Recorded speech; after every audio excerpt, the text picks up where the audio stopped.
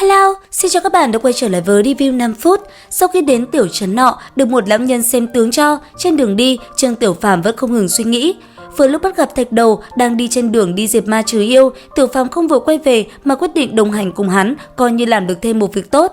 Về nhà còn có cái kể với sư phụ sư nương. Lúc này, Trương Tiểu Phàm và những người khác đã có mặt tại bờ rừng nơi được cho là có yêu hồ xuất hiện. Vừa đến nơi, bọn họ đã nghe vang vẳng tiếng hát 3 phần quỷ dị, 7 phần thê lương. Trong nơi tối tăm sâu thẳm, một người con gái áo trắng bỗng từ từ bước ra, đứng tại nơi ánh sáng lung linh đó, hướng về bọn họ, nhẹ nhàng nhìn lại. Kẻ khác nhìn vào đều thấy nàng là một người con gái mang đầy đau khổ trong lòng, yếu ớt đứng đấy ở dưới ánh trăng, ngưng vọng nhìn bọn họ. Đêm đen sâu thẳm, bóng tối sau lưng nàng dường như có vật gì lúc nhúc chuyển động. Thạch Đầu trầm mặt lại, trong tay là cây lăng nha bổng từ từ phát quang, chiếu soi chu vi khu rừng, tựa như biến thành màu vàng.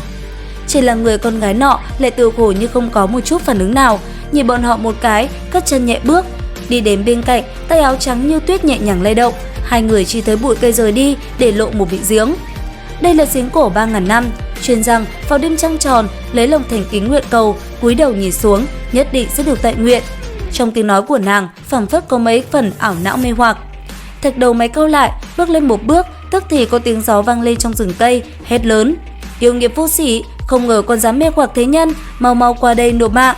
Nói rồi, cầm cây quyền trượng phóng thẳng công kích về phía hồ kia.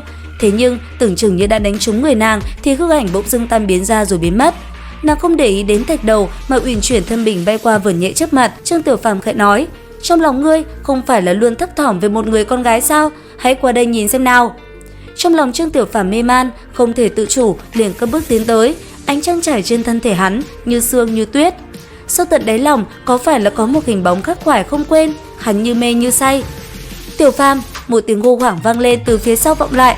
Bích Giao chốc người xuất hiện, cấp tốc bay lại, miệng thì nói gấp: "Không thể nhìn." Trong giây phút đó, Trương Tiểu Phàm phảng phất rung lên nhảy nhẹ, một người con gái dịu dàng tươi đẹp lơ lửng giữa khoảng không, chú thị nhìn hắn. Sắc mặt nàng cũng biến đổi nho nhỏ. Nhưng ngay lúc ấy, hắn lại đã nhìn xuống rồi, tiếng gió chợt ngừng, mọi người nín thở. Hắn cuối cùng đã nhìn thấy gì? Chỉ thấy Trương Tiểu Phàm thong thả ngước đầu lên, sắc mặt tựa hồ như không một chút gì khác thường, chỉ là ẩn hiện nét phức tạp khó hiểu.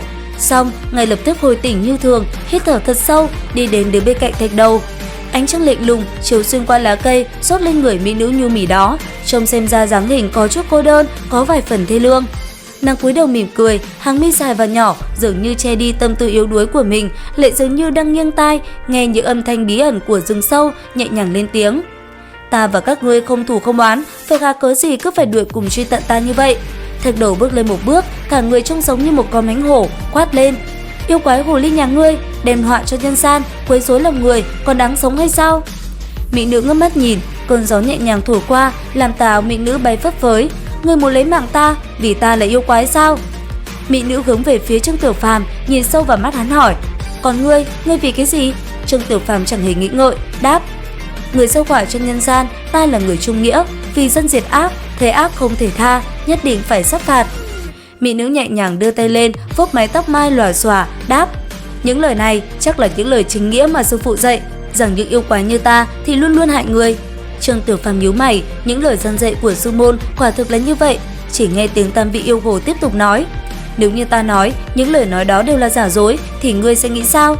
Trương Tiểu Phàm gầm lên một tiếng, không thèm để ý đến đang định động thủ, nhưng bỗng nhiên vào giây phút điện quang hỏa thạch, trong lòng hắn bỗng nhiên vụt hiện ra câu chuyện đã đàm luận với Vạn Nhân Vãng hôm đó, tức thì người như bị điện giật, khựng lại giây lát. Tam vị yêu hồ lợi dụng lúc Trương Tiểu Phàm trong lúc tâm thần lo lắng, không ổn định, đột nhiên quay người bay lên, ngọc thủ bung ra, 5 ngón tay như hoa chảo, lăng không hết đêm một tiếng lao tới. Tam vị khổ nhận định rằng Trương Tiểu Phàm là người yếu đuối hơn trong hai người, trong lòng quyết định trước hết điều động lũ yêu vật bao vây giữ chân Thạch Đầu, bên cạnh đó bản thân sẽ dốc toàn lực giải quyết Trương Tiểu Phàm. Thế nhưng công kích vừa phóng ra ngay lập tức bị chặn lại, một đòn này chính là xuất phát từ hai người mới xuất hiện. Nhẹ nhàng vung tay đã đánh lui yêu hồ, khiến nàng ta phải chạy trốn. Hai người nọ trao hỏi đám Trương Tiểu Phàm, quay sang hành lễ với Bích Giao, rồi tiếp tục đuổi theo tam vị yêu hồ. Đến đây thì cũng hết tập 15 Chu Tiên 3D. Xin chào và hẹn gặp lại các bạn ở những video tiếp theo.